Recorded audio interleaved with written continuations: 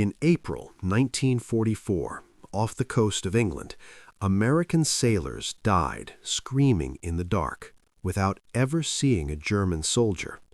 For decades, the U.S. military insisted it was a training accident, a tragic mishap, a footnote before D-Day.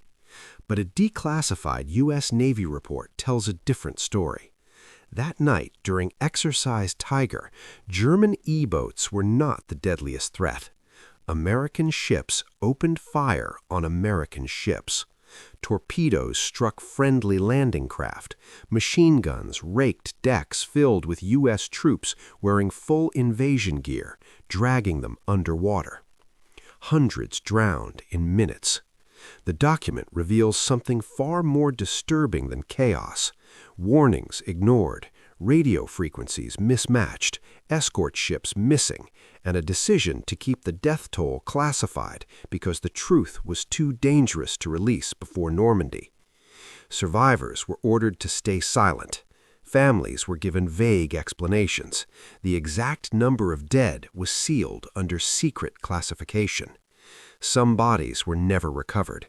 Some names were never publicly acknowledged. And one question still echoes through the report's dry, bureaucratic language. If this many Americans were killed by their own Navy, what else was buried to protect the invasion at any cost? By early 1944, the United States military was running out of time and patience. Across Britain, entire coastlines had been sealed off. Villages were emptied. Roads vanished behind barbed wire and military police checkpoints. What was coming was the largest amphibious invasion in human history, and failure was not an option. Not politically, not militarily, not psychologically. D-Day had to work.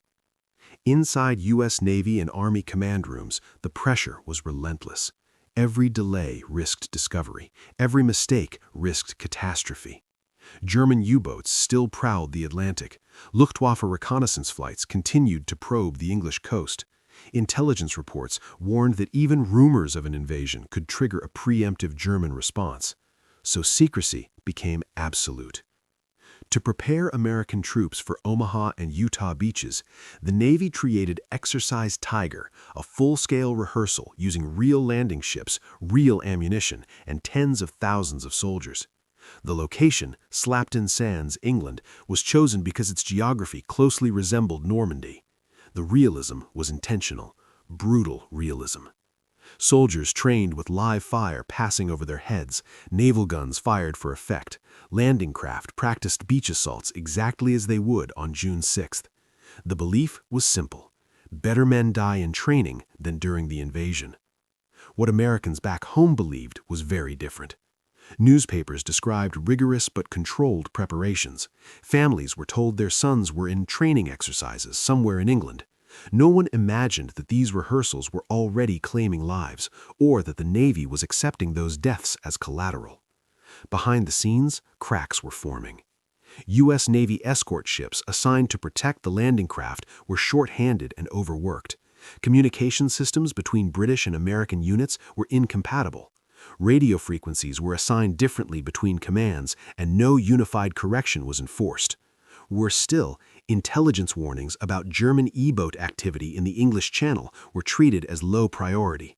The assumption was that Allied naval dominance made any attack unlikely during a controlled exercise. That assumption was wrong. German fast attack craft had already slipped through Allied patrols before. They were fast, quiet, and deadly. Yet the Navy proceeded with the exercise anyway, convinced that the risk was acceptable. Inside the ranks, soldiers felt the tension. Many were new recruits, seasick, overloaded with heavy packs designed for beach assaults. Their life jackets were worn incorrectly, another detail noted in later reports. Some men quietly questioned why they were using live ammunition during a rehearsal. Others noticed escort ships missing from their assigned positions. But questions did not slow the schedule.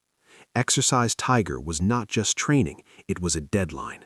Delays meant rescheduling D-Day itself, and that was unthinkable. The military mindset was unforgiving. Complete the exercise, no matter the cost.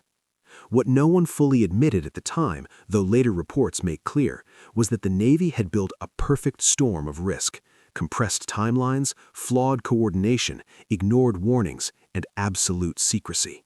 When disaster came, it would arrive in darkness, confusion, and friendly gunfire. And when it was over, the truth would be considered more dangerous than the loss of life itself. The operation had a name that sounded harmless: Exercise Tiger.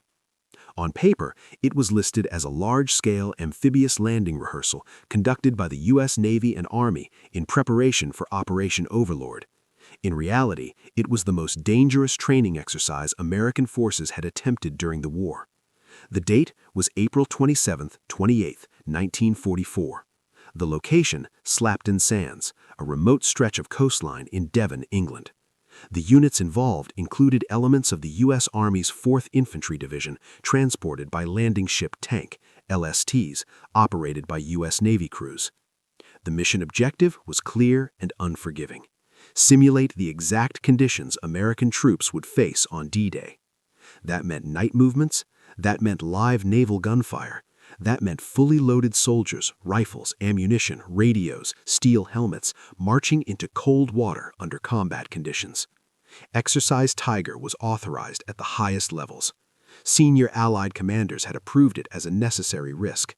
Reports were signed off by officers who believed realism would save lives in Normandy, even if it cost some beforehand. The Navy expected the landing craft to move in convoy formation, escorted by patrol vessels guarding against German fast attack boats. Once in position, troops would disembark under simulated fire, advance inland, and complete a full assault rehearsal.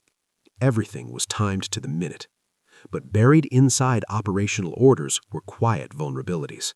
The convoy was scheduled to sail at night when visibility was minimal. The escort force was smaller than recommended. One of the assigned British escort ships never arrived, and its absence was not properly communicated. Even more critical, radio frequencies. American and British naval. As night settled over the English Channel, the convoy stretched across the black water like a vulnerable scar. 8 American LSTs moved in a slow, predictable line. Their steel hulls were packed with soldiers sitting shoulder to shoulder below deck, the air thick with fuel fumes, sweat, and quiet dread. Above them, Navy crews strained to see through darkness that swallowed the horizon. Escort protection was thin. Only a small number of patrol vessels guarded the formation, and one of the expected escorts was missing entirely. No replacement was assigned, no delay ordered. The convoy pressed forward under the assumption that the channel was secure. It wasn't. German Schnellboote, known to the Allies as E-boats, were operating from occupied French ports. Fast, low profile, and armed with torpedoes, they had already slipped past Allied patrols on previous nights. Intelligence reports mentioning their activity existed, but were never fully integrated into the exercise's risk assessment. Communication failures multiplied the danger. Radio silence protocols were enforced to simulate invasion conditions, but they also prevented ships from sharing critical information. When one escort attempted to warn of unidentified vessels, the message was never properly received. Some ships couldn't hear the transmission, others were tuned to the wrong frequency entirely. Confusion replaced coordination. On deck, sailors whispered about strange shapes on the horizon. Inexperienced lookouts struggled to distinguish waves from movement. Training manuals said this was normal. Officers reassured crews that no German attack was expected during a rehearsal. Then the first torpedo struck.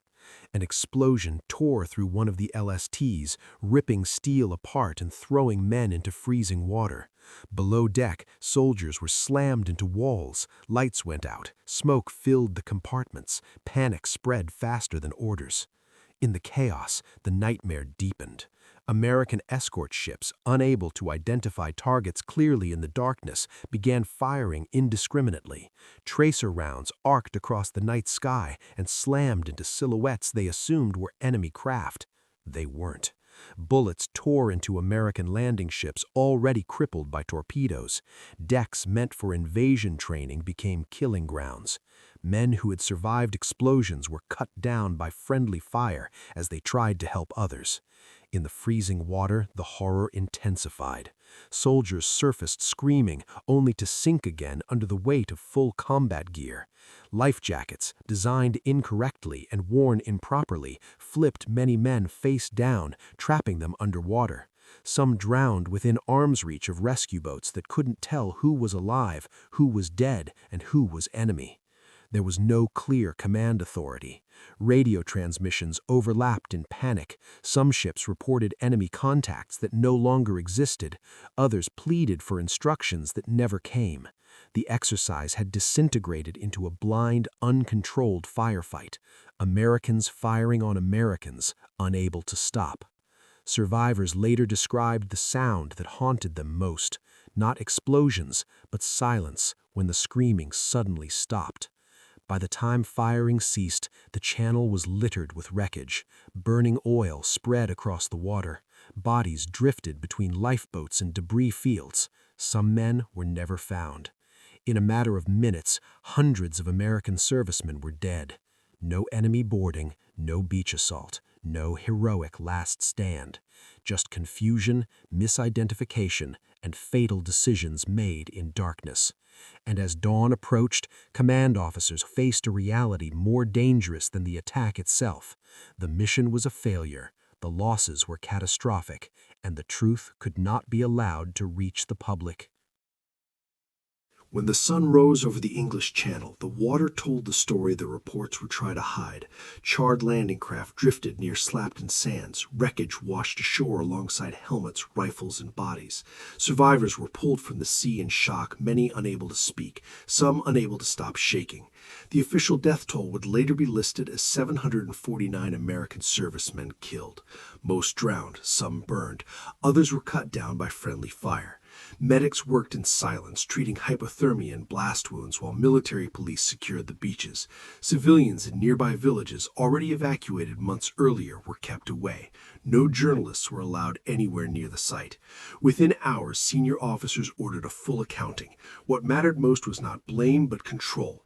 A U.S. Navy report summarized the disaster in restrained clinical language. It cited enemy torpedo attack, communication confusion, and training conditions. Friendly fire was referenced only obliquely, buried inside technical phrasing. Survivors were debriefed individually. Many were warned explicitly or implicitly not to discuss what they had seen. Letters home were censored. Families were told their sons had died during training incidents or enemy action with no further detail. The reason was blunt and strategic. Several soldiers lost during Exercise Tiger carried top-secret invasion plans for Normandy. If even one body washed ashore in German-occupied territory with those documents intact, D-Day could be exposed. So secrecy became policy. The casualty numbers were classified. The friendly fire element was minimized. The exercise itself was erased from public narrative. Internally, responsibility was diffuse. Equipment issues were blamed, confusion was blamed, war was blamed. No commanding officer faced public consequences. No court-martial made headlines. For the survivors, the silence was crushing. They returned to training. Some would land on Normandy weeks later, carrying memories they were never allowed to acknowledge. Others carried guilt for surviving, for not saving others, for firing when they shouldn't have. Exercise Tiger vanished from the news cycle before it ever appeared. The invasion went ahead, D-Day succeeded, history moved on. But locked inside Navy archives was a different conclusion, one that would not surface for decades, because the official story wasn't just incomplete, it was edited. For nearly 30 years, Exercise Tiger officially did not exist. There were no memorials, no public investigations, no acknowledgement that one of the deadliest training disasters in U.S. military history had ever happened. Then, quietly, in the 1970s, files began to surface. Declassified U.S. Navy documents, marked confidential, secret, and later downgraded, revealed what the original reports had deliberately obscured. Margins contained handwritten edits, paragraphs were removed, casualty explanations were softened, entire sections were rewritten before final submission. One internal memo admitted the unthinkable. American escort vessels had fired on U.S. landing ships after misidentifying them as enemy targets. Another document confirmed that commanders were aware of radio frequency mismatches before the exercise, but allowed the operation to proceed anyway. The risk had been acknowledged. It had simply been accepted. Most damning was a buried conclusion never shared publicly in 1944. The disaster was preventable. The files showed that German E-boat activity had been detected earlier that same night. The warning was delayed, then ignored. Escort coverage was insufficient. Identification protocols were inadequate. None of this was accidental. It was systemic failure. And then came the reason for the silence. A classified after-action summary stated that public disclosure of the true casualty numbers and friendly fire cause would pose, quote, a direct threat to the success of Operation Overlord. So the decision was made. The story would be simplified. The numbers would be controlled. The friendly fire would be buried under vague language. Survivors were never officially informed of the full findings. Families were never corrected. The men who drowned during Exercise Tiger were sacrificed twice, first in the water, then in the record. When historians finally pieced together the documents decades later, the realization was chilling. The U.S. military did not just hide a tragedy, it calculated that truth itself was a liability. And once that decision was made, silence became doctrine. Exercise Tiger never changed the course of the war. D-Day still happened. The beaches of Normandy were taken. Victory eventually followed. But for the 749 Americans who died in the English Channel, history offered no closure, only a footnote written decades too late. The declassified files do not read like an apology. They read like a justification, a cold explanation of why secrecy mattered more than acknowledgement, and why friendly fire could be erased if the larger mission succeeded. No enemy monument marks their deaths. No battlefield bears their names. Most Americans still do not know Exercise Tiger ever happened. Yet its legacy is unmistakable. Modern amphibious doctrine changed because of it. Life jacket designs were corrected. Communication coordination became mandatory. Lessons were learned, but only after lives were lost and the truth was buried. The unanswered question remains, echoing through the archives. How many other failures were hidden because victory demanded silence? And the final truth is this: sometimes the most dangerous enemy in war is not across the water, but the truth locked away in your own files.